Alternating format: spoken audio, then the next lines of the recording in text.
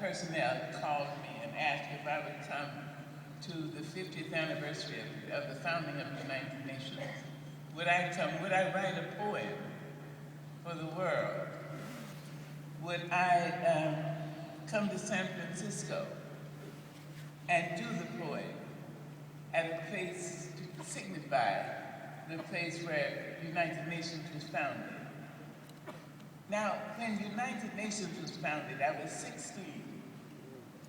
I was 6 foot tall. I was black even then. I was pregnant, about to finish high school, and unmarried. And the newspapers in San Francisco, the Chronicle and the Examiner and the Call Bulletin, all said that there were people who would be paid $150 a week to be simultaneous translators at United Nations. I knew that I had a penchant for language. And I would go down to where the people would meet and watch them go into the building. I watched Mrs. Eleanor Roosevelt go in with her friend, the black educator, Dr. Mary McLaurin Bethune. I'd watch them go in and I would cry copiously, thinking if I wasn't 6 foot tall and black and female and pregnant and unmarried and uneducated, I could go in that building. I could learn some language. I could be paid $150 a week. Imagine my feeling when I was asked to come to San Francisco and deliver this poem. Imagine. I thought of everybody I could think of who had been kind to me. White ones, black ones, some Spanish-speaking girls who helped me to learn my first foreign language. Imagine when I just couldn't, I could hardly keep from weeping in gratitude. What I have is an attitude of gratitude. That's what I have. To all the men and women who were kind to me and encouraging me. Here's the point.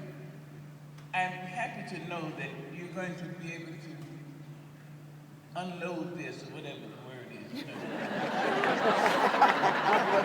want you to have this poem. And please think of it as written for you. Each one of you. Mr. Carter from Virginia, Miss Hill, Chicago, Miss Bird, each one of you, Miss Taylor, all of you, the incoming and outgoing, Mr. Ely, yes.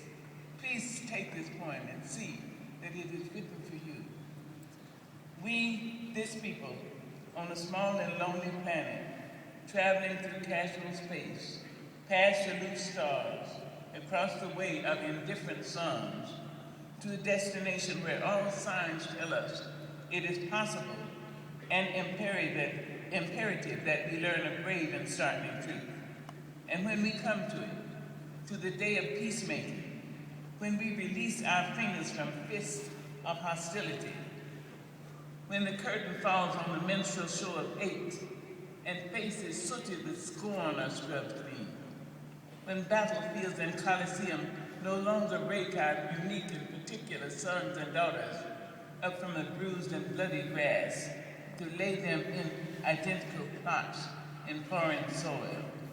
When we come to it, when we let the rifles fall from our shoulders and our children can dress their dolls in flags of truce, when childhood dreams are not kicked away by nightmares of sexual abuse, when we come to it, then we will confess that not the pyramids with their stones set in mysterious perfection, nor the gardens of Babylon hanging as eternal beauty in our collective memory, not the Grand Canyon kindled into delicious color by western sunsets, not the Danube flowing its blue soul into Europe, nor the sacred peak of Mount Fuji stretching to the rising sun, neither Father Amazon nor Mother Mississippi, who without favor nurture all creatures in their depth and on their shores. Those are not the only wonders of the world. When we come to it, we, this people, on this minuscule globe, who reach daily for the blade, the dagger, and the bomb, yet who petition in the dark for tokens of peace.